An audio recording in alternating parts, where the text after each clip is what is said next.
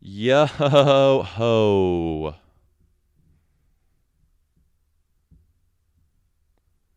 Howdy bitches. What's going on? It's your boy. Got your boy in the booth by himself today. Um so yeah, if you're thinking, "Hey man, I'm going to see Bowman's cute ass today." Sorry, man.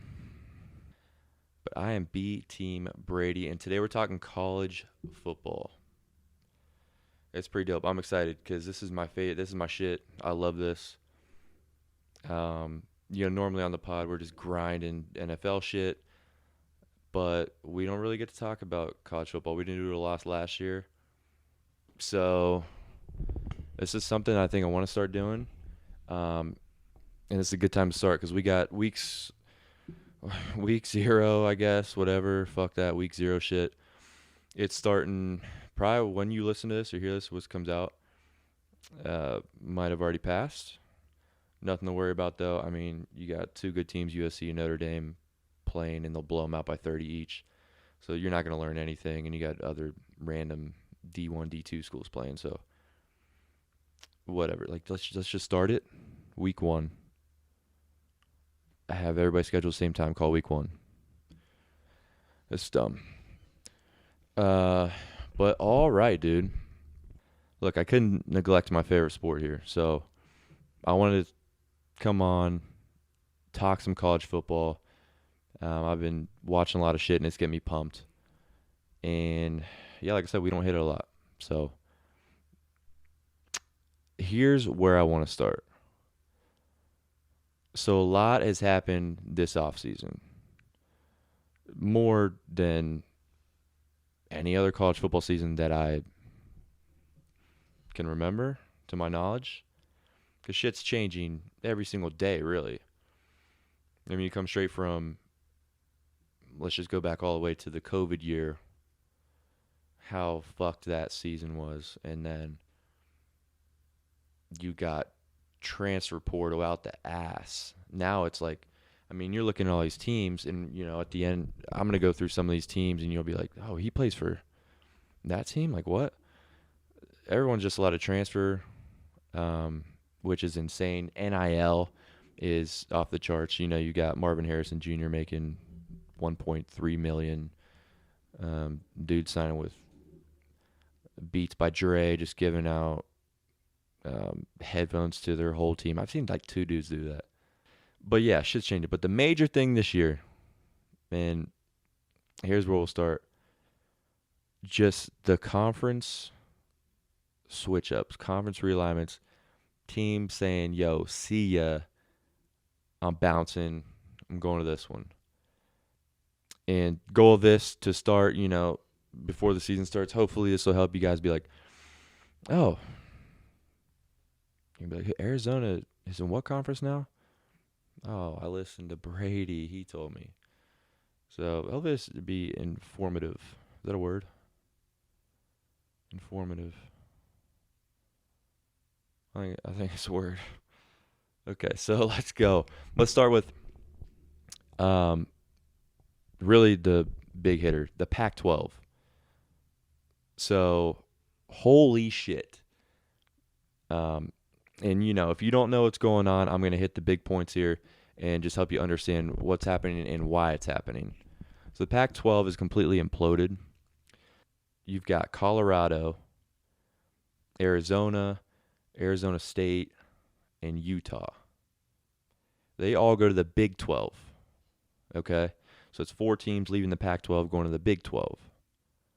The Big 12's kind of, trying to bring in schools to fill Texas and Oklahoma spot. Because remember, next year, Texas and Oklahoma, they're going to the SEC.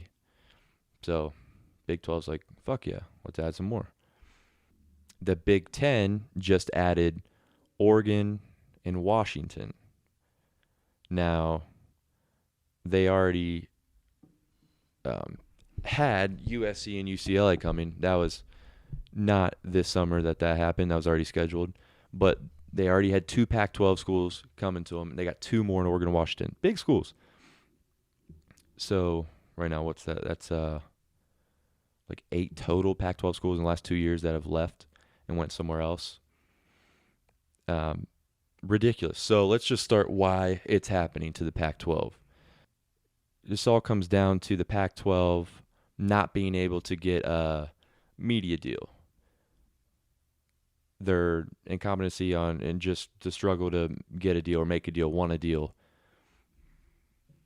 and exposure for the teams, right? The major networks, they're trying to find what conferences to make deals with, blah, blah, blah. These networks, they don't have all the money in the world, so there's not a deal for every single. There's a spider on the wall right there. Oh, shit. They, they, I just lost my train of thought. They only got so much money, so Pac-12 is like waiting, waiting. No, we're gonna get more options as time goes on. We can find a good deal. It doesn't matter. I don't need to jump on anything. Is what the Pac-12 is thinking. Yeah, that doesn't happen. As time goes on, they don't see shit work out. Meanwhile, the Big 12, who I just said the Colorado, Arizona, Arizona State, Utah went to, they did jump on a deal. They're like, dude, fuck yeah. If there's only so much money to go around, we got to be that conference to get that deal done. That's the big thing. The conferences need the stability. They need to know I'm good here for 7 years. We got our deal done. Each school's getting X amount of money, and it's stable. The Big 12 went and did that. They got a new commissioner, and I listened to like an interview he did. He seems like pretty straightforward, like just straight to the point, dude. Bullish. He wants to make changes. He just seems like a straightforward dude. So he goes out, gets the deal done with the money that's left. Now the Pac-12 teams, they're like, well, shit, what's our deal look like now? Because there's no more money left. The first to start that avalanche of teams leaving this offseason is about a month ago in Colorado. Now, keep in mind they got the new coach, Deion Sanders, Coach Prime. So he gets there. This is a huge fucking redo of Colorado. They get a new coach, and they're just jumping ship. So Colorado says, fuck it, man. We don't have a deal. The Big 12 just got a deal. We're going to go to where there's financial security, where there's stability, where our guys are going to be on TV. We're going to get exposure. We're going to be seen. That's all things that teams want. And so Colorado starts it, and then there's hella rumors. Oh, this team is thinking about going to Big 10. This team's thinking about going to Big 12. Well, then it fucking happens. And these networks, all they want is, they're trying to spend their money. What's going to get the most, what's going to get the most views? What's going to be better for us? Like CBS, Fox, ESPN, NBC, blah, blah, blah, whatever. Like, for instance, like the SEC and the Big Ten, they just absolutely run everything. Like the Ohio State-Michigan game gets, I think this past year, over 17 million views. Alabama-Tennessee, they get over 13 million views. So, I mean, it's massive. Let's compare that to the championship games in the other Power Fives. So it's ACC, Big 12, Pac-12. Those are around 5 million. They're their biggest game of the year, and they're only capping 5. Like, that's huge. So, and I'll talk in a minute about, why those networks, what they gave the Big Ten and what the SEC is doing. So, Pac-12's left with their dick in their hands, really. And so all the other teams start to jump ship with Colorado because they want that financial security. They want stability. They want the exposure on TV. The one deal that I did hear um, that I know about that Pac-12 has been offered is from Apple. Now it's as dumb as it sounds. Like think of, like Apple TV. Who the fuck is like, yeah, let's get an Apple TV subscription so we can watch Pac-12 football. You know what I'm saying? Like the people of Apple TV are binge watching shows. Like they're fucking watching like Ted Lasso and shit. You like what percentage of the Apple TV subscribers, Jesus, are going to watch Pac-12 football? It's just, it's like, yeah, I'm really looking forward to the Arizona State Oregon State game tonight. I don't know, it's silly. So let, those teams have jumped ship. You got Colorado, Arizona State, and Utah going to the Big 12. You've got Oregon and Washington joining USC and UCLA in the Big 10. Now, all of this starts in 2024. So this year, they're all still in their conferences. You know, schedule's already made. It's the same this year. This changes 2024 for all these changes. The Pac-12 is still remaining. You know, it might just disassemble, like fucking disintegrate into midair. But we need to see what's going on because there's 4 teams left: Cal, Stanford, Oregon State, and Washington State are left. They need to. Stanford's a big school. They need to see what Stanford is going to do because if they want to keep it, you know, they can't just run a conference like 3 people. They would have to merge. They've talked about like merging with the Mountain West, merging with American. I mean, it's just weird. But then you have to think about like, okay, and I think Cal's going to follow Stanford anywhere. So you got to see what Stanford's going to do. You know, you got the whole like, you know, they're on that band is on the field type shit. So they're going to ride with each other. But you got to see, you know, if I join the Mountain West Conference, how much money am I getting is what the schools are thinking. You know, what's their media deal look like? How much am I getting? And is there an exit fee if I leave this conference? Or what is our deal if we stay the Pac-12, which is the Pac-4? Yeah, I mean, there's just a lot of questions. I've heard that Cal and Stanford, I mean, Cal and Stanford have already looked at the Big Ten. It's been rumored. It's been rumored about the ACC more recently, join the ACC, which I haven't even mentioned yet, because they haven't had anyone. But they had a meeting about those 2 schools. So I mean, it's just kind of like time will tell.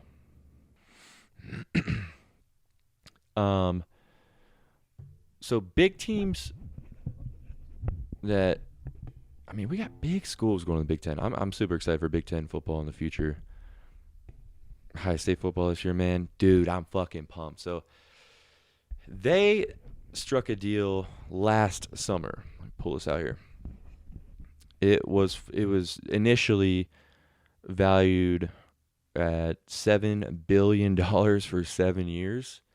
And I mean, that's massive. I think it's one of, if not the largest media rights deal that's been made. And the deal was made with CBS, Fox, and NBC. Again, that's the deal that the Big Ten made. So it starts this year, and it's going to run to the 2029, 2030 season. And so basically, you've got Big Ten games being played across 5 different networks. Those 3, and then you got Big Ten Network, and FS1. So that's pretty crazy. And this goes for basketball too. So if you like watching basketball, shit, there you go. Um, Big Ten basketball. I mean, I didn't really cross my mind, but those teams that we're adding are great in basketball too. USC, UCLA, most prestigious, one of the most prestigious basketball schools in the country. Yeah, whatever. That's off topic, but so the way this works for this deal, it's pretty dope. You've got, I don't know, you got College Game Day, right? The pregame for ESPN.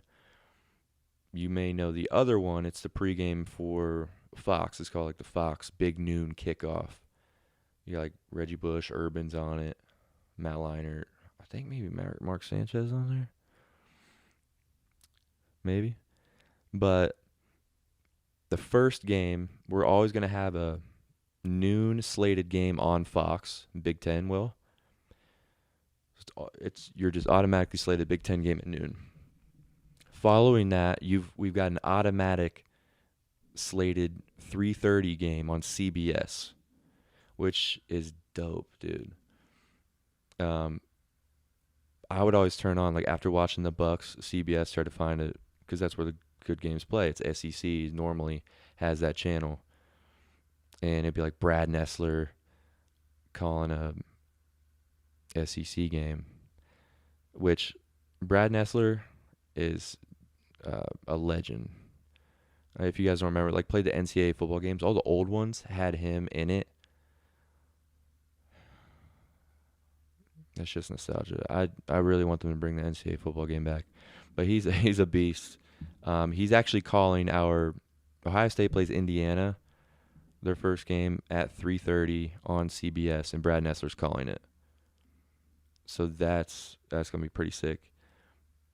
It's a transition year though, because the SEC is transitioning out of their deal with CBS. So the Big Ten is only gonna have 7 games at the 3:30 slot on CBS this year, with all the others being the SEC still. Starting in 2024, when transition's over, we've got every single 3:30 slate. So that's pretty dope. I can hear the CBS like music too. And now you don't have to watch like, oh, what's on midday? You're not gonna have to watch Alabama beating UT Monroe. I don't even know what school. I just made that up. UT Monroe, like SE Missouri. I think I've seen that before. Like some shit by like 50. You can watch a Big Ten game. So that's pretty cool. And then, dude, we finish off with an NBC matchup at prime time. So like 7:30, 8:30, whatever they decide to do with it, is on NBC. It's a slated Big Ten prime time night game on NBC. So you've got Big Ten guaranteed all day, 12, 3:30, 8 o'clock, every Saturday in this new deal. Dope. I mean, your Big Ten gets more exposure. We're adding 4 prestigious schools. You're going to see just some good fucking football. So CBS has held the rights at SEC since 1996. I was 1 year old. 1 year old. What's the actual grammar of that? 1 year old. I would say 1 year old. 1 year old. 1 years old. I don't know if that's proper way to do it, but I'm gonna say 1 year old. I was 1. So this is crazy how they didn't want to keep their media deal with the SEC. They said nope, not renewing. Boom, Big Ten. This is huge. This is Big Ten is the top dog now. I mean, with this deal, all this exposure, top dog. We pass the SEC for sure. There's no doubt. And so the SEC will move on with a new deal with ESPN. You know, the big networks, they want the most views. I mean, yeah, like I said, you got Ohio State, Michigan, 17 million last year, Alabama, Tennessee, 13 million. And fucking, let's the Pac-12 championship. I don't know, USC Utah last year, like 4.55 million views. Not even fucking close. So they're spending their money on the right conferences. Um, I did see a rumor that ESPN is wanting to get in talks with the Big Ten as well because we're adding West Coast schools. We've got 4 of them now. They're thinking about some sort of like Friday night prime time Big Ten game, Big Ten package. I mean, this is for the future. I don't know what that's going to look like, but there's rumors about that. So we're grabbing some ESPN shit too. Come on, man. All in all, I mean, college football is changing so frequent and so fast that I just feel like it's just bringing more problems up that we have to solve. Not we, like I'm a fucking part of this. That that conferences, commissioners, schools need to solve. It's hard to solve problem after problem when you haven't even solved the first one. You know, shit's changing every day. NIL's off the rip. You've got agents who don't need to like file or be licensed to an agency or something, who are ripping off college athletes. And transfer portal is absolutely redonkulous. Like, we're going to go through some, like, the top 10 teams here in a minute. Just highlight some of that, and you'll be like, yo, what? Who? What? It's just weird. And I would love to do a pod, based on just the Big Ten, because a lot of changes were already supposed to happen in the next coming years. And now with everything changing, I mean, it's got to be different because, I mean, the Big Ten is supposed to eliminate divisions. We're supposed to just take the top 2 in the conference, and they'll play for the title. We're supposed to have these protected matchups, like, locked in from year to year. And, these things are probably going to have to change with the additions. Money's going to be sorted differently between the teams because we're adding. I'm not sure how the fuck that'll work. And also, like, the playoff. Let's talk the playoff. It's 4-team right now. This would be the year, by the way, to do a 12-team fucking playoff. These teams, like, that I'll highlight here in a second, there's a lot of good fucking teams. Even teams outside of the top 10 can make the playoff because there's so many good teams, so many X factors, like good quarterbacks who can get their team to the playoffs. So it's dope. It would be so dope if we could get a 12 team this year, but it's not until 2026. Traditionally, I think it's supposed to be, let's get this Power 5, and then I think that additional one, maybe it's like the American or MWC, Mountain West or whatever. But the 6 division winners, they're automatic bids into the playoff. But it's like, how do you do that when it's going to be the Big Ten versus the SEC now? That's another thing that come up. Are we just going to be 2 conferences, 2 sides, like the fucking AFC and the NFC and the NFL? Like, is that where we're going? That's another huge thing that they have to figure out. Schools have different rules too. I mean, like, so it's unfair to some that don't have as much NIL money or certain rules. So should there be like a CBA? There should be one entity that's going to oversee the NCAA as a whole. I'm just listing off issues. Issue. That spider is still over there. Can't wait to kill this bitch in a second. Or let him bite me. Let's turn to Spider-Man. Okay. So enough with that. Need to move on for sake of time. I wanted this to be a quicker deal here.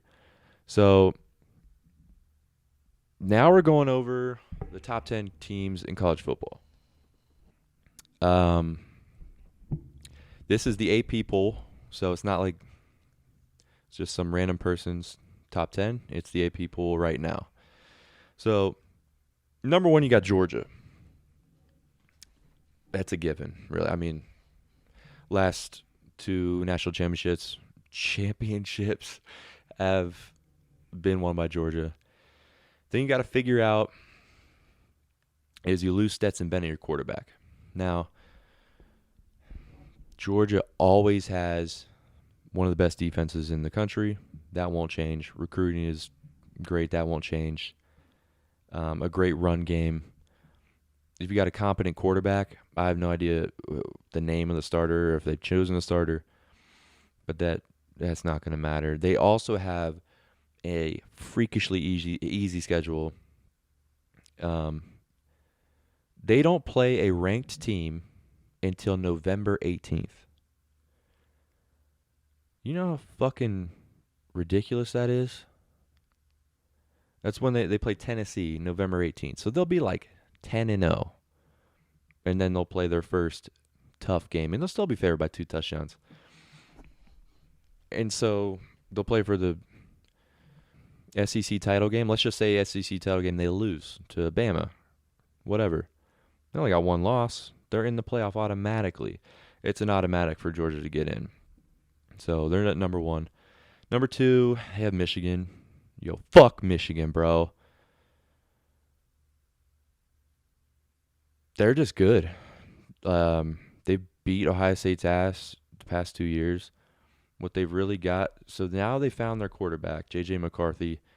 He's like, okay, they found him, but he's just like decent in my eyes. Like, I don't think he's fucking good. I think he's decent. He's good enough, you know. What their shit is running the football. They got Will Havigan, the best offensive line in the league. I want to shoot myself right now. They have the best running back duo in the league. I'm shooting myself twice for saying that. So they've killed Ohio State running the ball the past 2 years. Oh, and they have an easier schedule than Georgia. The top 2 teams in the country, easiest fucking shit ever. Like you'll say, okay, they play Penn State. Michigan's running backs, both of them, and they got Blake Corum and Donovan. I want to say McNabb, Donovan Edwards. They each of them ran for 170 yards and 2 touchdowns each against Penn State last year. Each. That's fucking ridiculous. I mean, that's how Michigan's winning the conference each year. Is Penn State and Ohio State, the only 2 competitors, can't stop their run. So it's going to be a struggle. They won't have a tough game until they play the game against the Bucks. Number 3 is the Bucks, Ohio State. Now, listen, I'm excited. The only weird thing is that we still don't have a starting quarterback named. Maybe it'll be named as you're watching this, but as of August 24th, still not named. And it's either going to be Kyle McCord or shout out Devin King, terrible golfer, or Devin Brown is his name actually. I don't know. I thought it was going to be Kyle McCord the whole time because he has that connection with Marvin Harrison Jr. from high school. They won like 3 state titles together. So it's going to be easy. But I don't know if it's a good thing or a bad thing that we haven't chosen a quarterback yet. It's kind of worrying me. Like, I don't want to go through the whole year trying out the quarterbacks, you know? Like, this might be a real thing. You know, we start Kyle McCord the first half of the first couple games, and he does fine, you know? 200 yards, couple touchdowns. They take him out, put in Devin Brown, the second half. See how he does. And if nobody's like getting an edge, I don't want to keep doing this the whole time until we got to play Penn State. And come time we play them, and we've only got this guy half the reps he should have. So I don't know.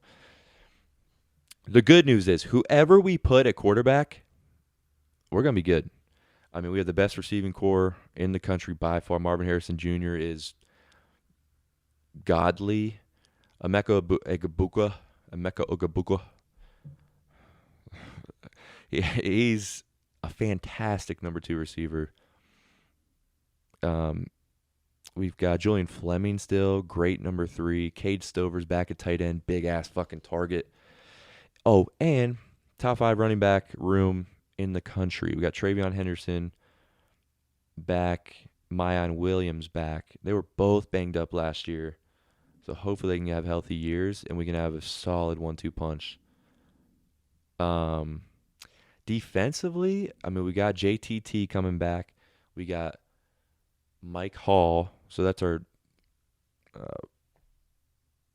fucking dudes up front, big guys. Steel Chambers, Eichenberg in the middle, holding it down. I've heard Denzel Burke is supposed to be locked down at corner. I say this every year, that our defense will be better, and then it always becomes an issue. So I'm really hoping this year I'm correct on that. We'll have to see. I think offensively, I don't care who the quarterback is. We should be able to manage with all the weapons around. Defensively, we just got to see. Number 4 is fucking Bama. About time they're not a 1 or 2. They've got a top recruiting class every single year. So, I mean, there's no just talent downgrade ever. They've got dudes. The real question for Bama is quarterback. They already had a quarterback competition. Now, their new offensive coordinator, his name is Tommy Rees. He went out and asked one of his quarterbacks. He used to coach at Notre Dame. This guy from Notre Dame tells him to come join Alabama and join their quarterback competition.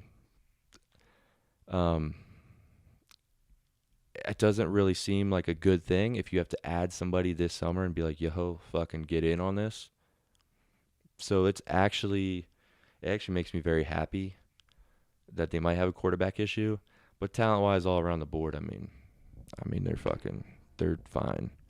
There's just a off chance that they pick the wrong quarterback or they have quarterback issues, and they got a bad year. So see about that. But right after them is LSU, which could surprise people this year. They have quarterback Jaden Daniels. He's a stud. He's pretty damn good. LSU had a lot of dudes through transfer portal that came and will help their team a lot on defense. I think they have a pretty solid defense because a lot of dudes that transferred. Again, just people allowed to be like, I'm fucking going to LSU. I'm going to deal with Subway and going to make money and be the starting defensive tackle. I made all that shit up. Shit's going crazy out there. But they play Florida State first game of the year. So, we're going to know if they're the real deal. That'll be a huge game. Florida State, I'll talk about them in a moment, too, because they're on this list. But we'll know if they're real. If they beat Florida State, and let's just say they get through the year like they lose to, I forget who LSU has to play. I think LSU has to play Bama at some point. If they just lose to Bama and they get to the title game, or they only got 1 or 2 losses, maybe they can slip their way into the playoff. But, we'll have to see how they go against Florida State. After Florida State after LSU at number 6, it's USC. Caleb Williams. That's pretty much it.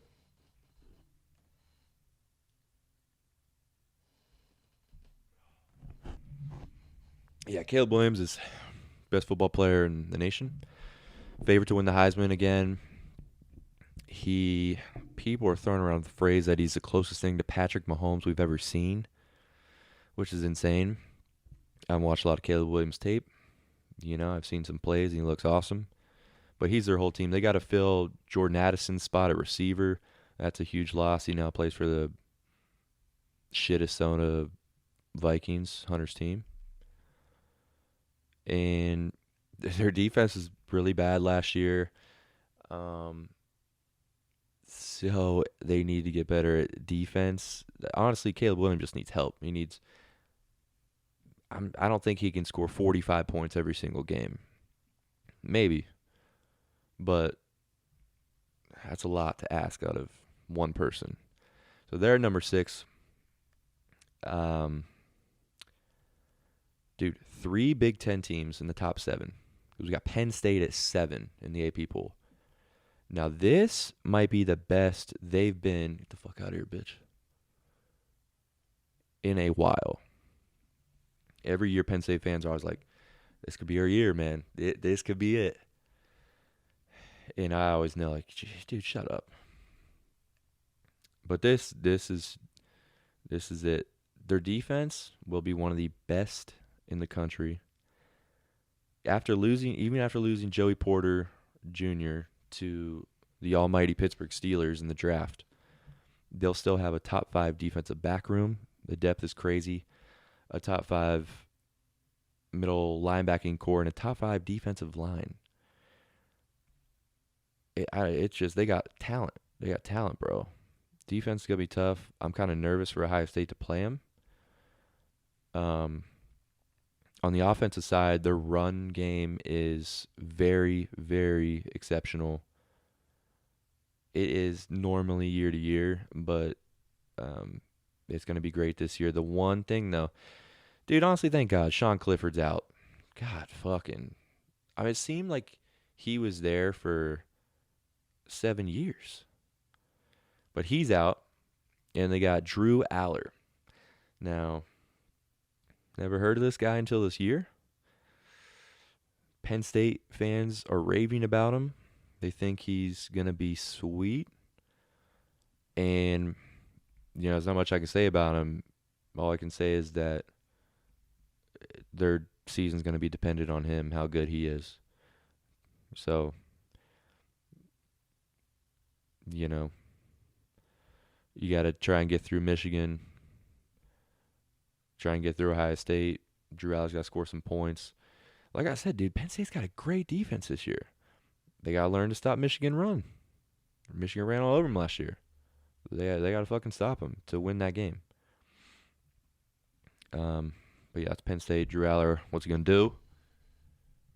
I only got 3 more teams here? So we got FSU, Florida State that I mentioned earlier. They come out the gate at home versus LSU. Quarterback Jordan Travis. He is very good. The ACC is fairly easy. You've got Clemson in there with them, who will be my next team, my number 9. But if Jordan Travis is that good, and they're all the hype like they are this year, they haven't been up there in a while. Like they're just starting to get back their mojo, because they kind of fell off for a few years. Now they're back. We'll see how that goes. If they have one loss, beat Clemson in the ACC title, something like that, they could find themselves in a playoff. So just see how Jordan Travis does. Number 9, Clemson. Always have a great defense, coached by Dabo. Great coach, even though I hate his guts. Those stupid fucking games where we played Clemson in the playoff. But we got him back, though. Beat the shit out of him a few years ago. Whatever. Fuck Clemson. The one thing they don't have is a really good quarterback, like they always do. Deshaun Watson, Trevor Lawrence, they don't have that shit. So it's kind of a toss-up. I don't really know what to say about their offense. They don't have that guy that they can count on right now. So it's just going to be a learning process as we watch Clemson. Number 10 is fun.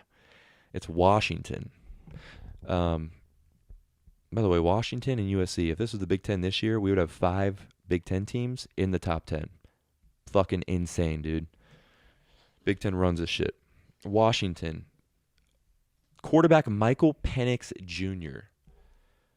And some may know him as Michael Penis Jr. Used to play for Indiana.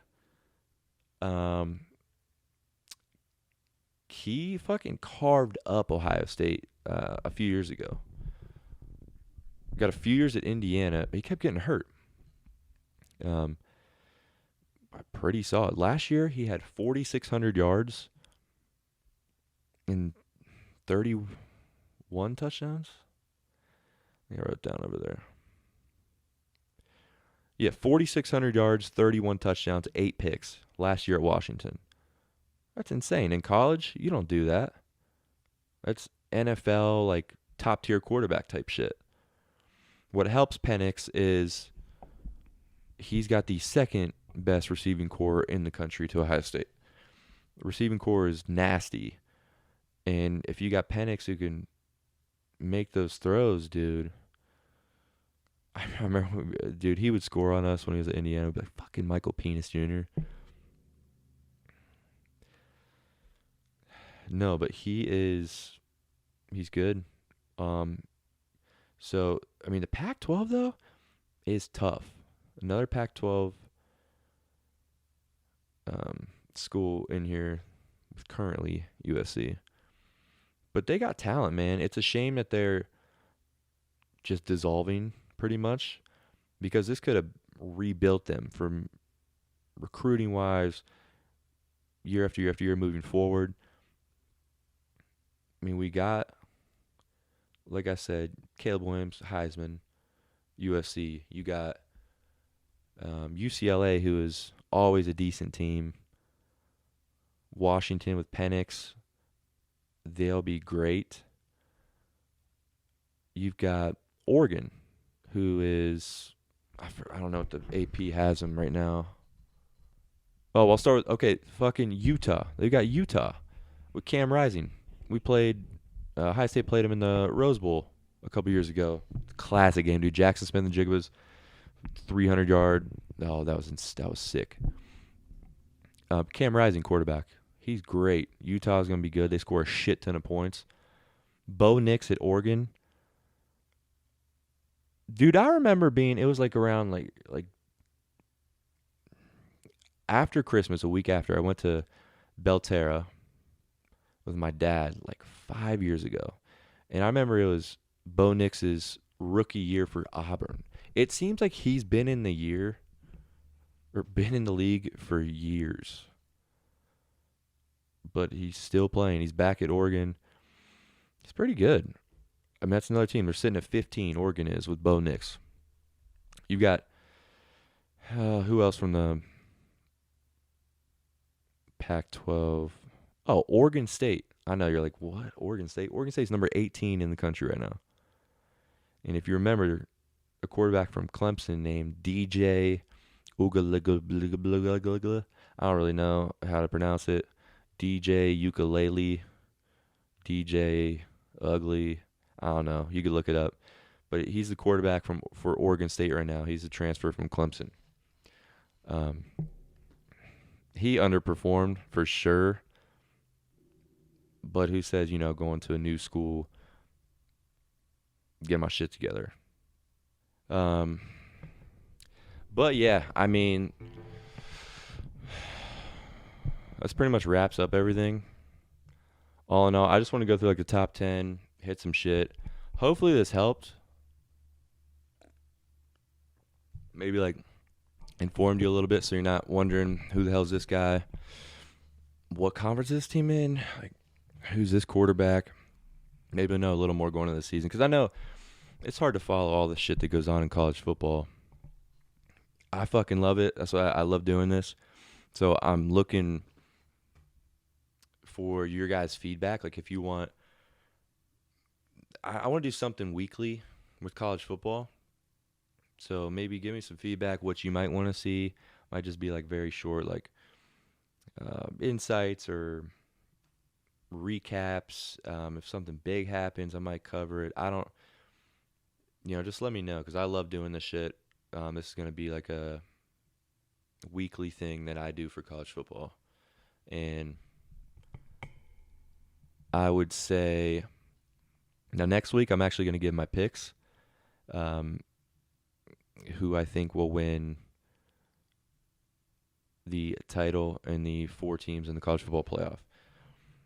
I don't know if it'll just be on our normal weekly pod, if we'll do it as a group, or if I'll make this a little bigger thing and just do my own thing again. But yeah, bro. Appreciate you guys listening. This was dope. I had fun. I'm about to kill that spider now. It's still in the same spot. Spiders are weird, bro. All right. Deuces, appreciate it. Go like, subscribe on YouTube, please. Get some views up. Get some more subscribers. If you haven't yet, 5 stars on Spotify, 5 stars on Apple Podcasts. Yo, we're even on iHeartRadio. So tell your grandpa who listens to iHeartRadio to get on that shit. I'm so glad. Like I fucked up a couple times, and I'm so glad they're not here with me right now to make fun of me. Deuces.